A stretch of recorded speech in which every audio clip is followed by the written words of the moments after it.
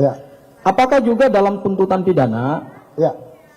karena tadi saudara ahli menyandarkan juga pada perspektif perdata, Ya. dan imaterial itu adanya dalam gugatan perdata, Ya. apakah juga kita bisa meminjam perspektif perdata seperti yang tadi saudara sampaikan, supaya kita agak konsisten nih ya, jadi supaya kita jangan milih-milih ya. Apakah juga perspektif perdata dalam perhitungan ganti kerugian itu juga bisa dipakai juga untuk tuntutan ganti rugi dalam salah tangkap, salah tahan, dan salah geledah? Baik, izin yang mulia. Saya tegaskan kembali bahwa saya membatasi diri saya supaya saya tidak masuk dalam pokok perkara. Kalau ternyata alasan hukum yang saudara sampaikan sesuai dengan ketentuan hukum, saya menyampaikan di sini, saya tidak bisa menilai putusan hakim. Saya punya kode etik. Saya tidak bisa menilai perbuatan salah orang lain kemudian mempublikasikan. Ya, izin saudara ahli sebentar. Sebentar, saya potong sebentar aja. Maksudnya saudara masuk ke pokok perkara ini pokok perkara pidananya kah?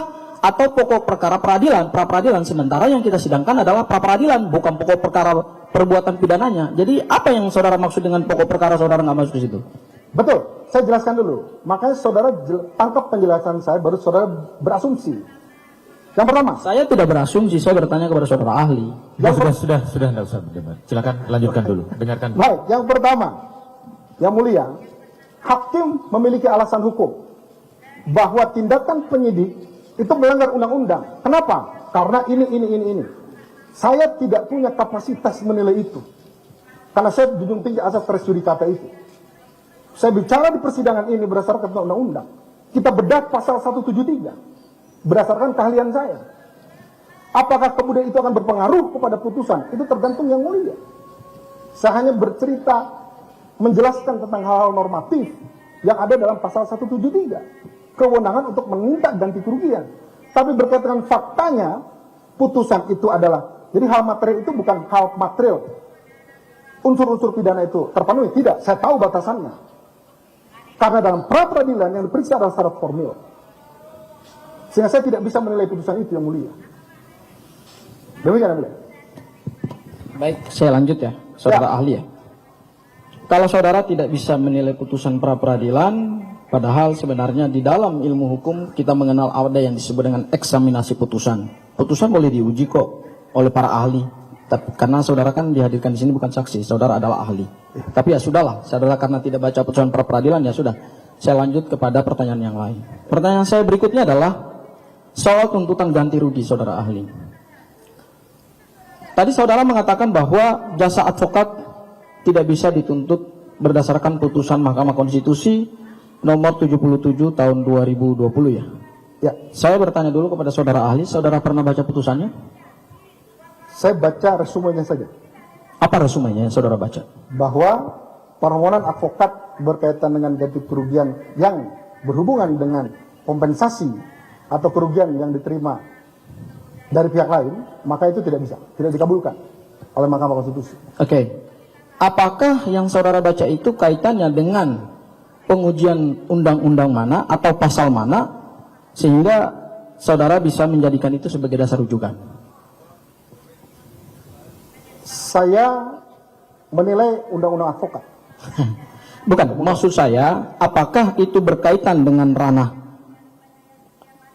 judicial review atau JR terhadap KUHP, kemudian undang-undang advokat, ataukah itu berkaitan dengan perdata? Berkaitan dengan keperdataan. Pasal berapa yang diuji?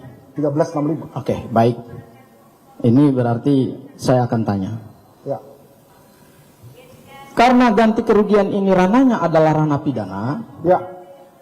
apakah suatu yang tadi saudara katakan ada gugatan, ya, kemudian ada tuntutan. Ini kan sifatnya adalah tuntutan ya, saudara ahli ya? Ya. Oke, baik. Sementara putusan Mahkamah Konstitusi nomor 77 tahun 2020 itu kaitannya dengan penafsiran mahkamah terhadap ketentuan perbuatan melawan hukum yang diatur dalam pasal 1365 KUH Perdata. Ya. Ya, oke. Apakah suatu pertimbangan hukum yang dalam ranah hukum perdata kemudian bisa juga digunakan dalam ranah hukum pidana? Silakan saudara ahli. Karena ini pra-peradilan ranahnya ranah hukum pidana. Baik. Saya disclaimer dulu yang mulia tentang cross eksaminasi. Betul yang saudara katakan tadi bisa dinilai, tapi forumnya bukan ini. Cukup sampai di situ. Yang kedua, pertanyaan saudara tadi.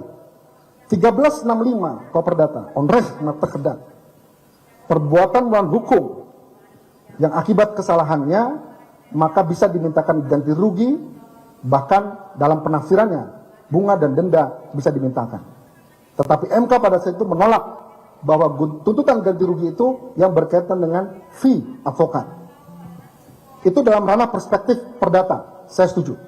Karena objeknya adalah 1365. Tapi yang mulia, bicara perbuatan melawan hukum, perspektifnya bukan hanya perdata, tapi bisa saja ditafsirkan, ini pendapat saya, kita boleh berseberangan, bisa ditafsirkan sebagai tolok ukur dari majelis hakim ketika memeriksa suatu perkara. Ganti kerugian misalnya. Ada PP 92 2015, limitatif mengatur angkanya. Oke, bisa dipakai, bisa. Bahkan wajib dipakai karena itu undang-undang.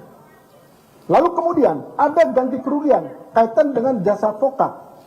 Ini perspektifnya perdata, betul. Kenapa?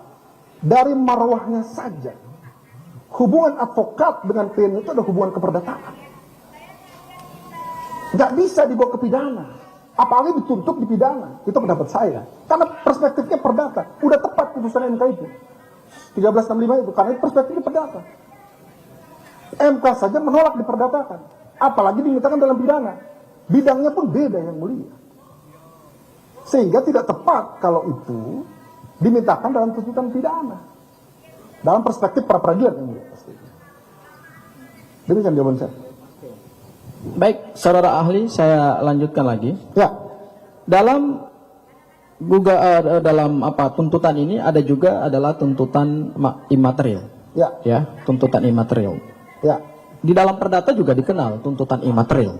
Ya. Ya, tuntutan yang berkaitan dengan kedudukan seseorang, subjektif memang. Ya. Ya.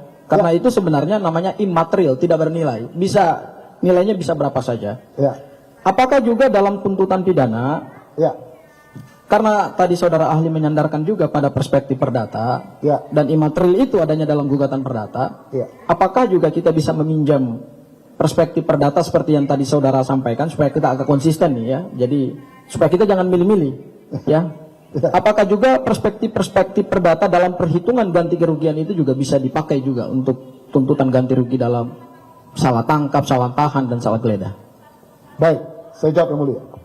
Justru ganti kerugian dalam tuntutan pidana itu sifatnya imaterial, Pak. Seseorang ditahan. Sifatnya imaterial ya? Ya. Oke, baik. Dia ditahan, hilang kebebasannya. Maka dia minta ganti kerugian. Mungkin perhitungannya, karena saya ditahan, saya nggak bisa dagang. Harusnya penghasilan saya sekian-sekian. Itu boleh-boleh saja. Supaya memudahkan perhitungannya. Karena gugatan imaterial pun sama, dinilainya dengan uang. Walaupun yang disakiti hatinya atau badannya, gitu kan. Jadi itu boleh, sah-sah saja. Kalau dalam gugatan atau tuntutan ganti kerugian membuktikan yang imaterial. Oke, baik saudara ahli. Terima kasih saudara.